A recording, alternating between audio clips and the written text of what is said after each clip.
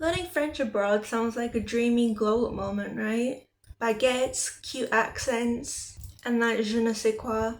But let me tell you, there's some things I really wish I knew before diving in.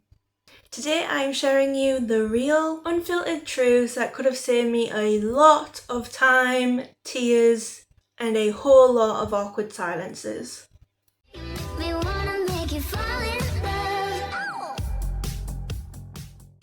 So let's start with the biggest shocker. What you learn in a textbook is not actually how people speak. I had all these phrases memorised, but once I got into France, people were talking so fast, using slang, and dropping words like it was a race. I wish I started listening to French podcasts, watching YouTube channels like Cyprien or Inner French, learning slang like ouf and ça roule way earlier. No one told me how nerve-wracking it would be to actually speak French.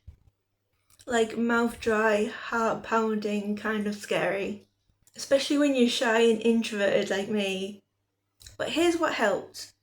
I practiced small scripts, like how to order coffee or ask for directions. And I repeated them out loud. Confidence grows with small wins, I promise. I used to stress so much about conjugating verbs perfectly, and honestly, understanding what people were saying mattered way more in real life. I wish I focused more on listening and comprehension in the beginning. Apps like LinkQ or FrenchPod 101 would have helped me train my ear earlier. At first I was so embarrassed every time someone would correct my French. It felt like a spotlight was on all my mistakes. But looking back, it was free feedback. Most French people want you to improve and are actually impressed when you're trying.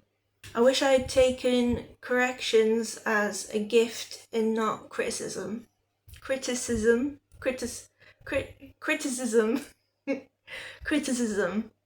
Learning the language also means adapting to new culture. And that was a curveball I was not ready for. From formal greetings to how direct French people can be, it was overwhelming at times. If I could go back, I'd study cultural norms as much as vocabulary. It makes a huge difference in how confident and respected you feel. Looking back, what helped me the most was journaling my progress, celebrating tiny wins, and reminding myself, fluency isn't the goal, connection is. If you're learning French or any language abroad, be kind to yourself. It's not just about mastering verbs, it's about becoming a more confident version of you. So if you're a shy girl, dreaming of learning a new language, or travelling alone but scared to take the first step, trust me, I've been there.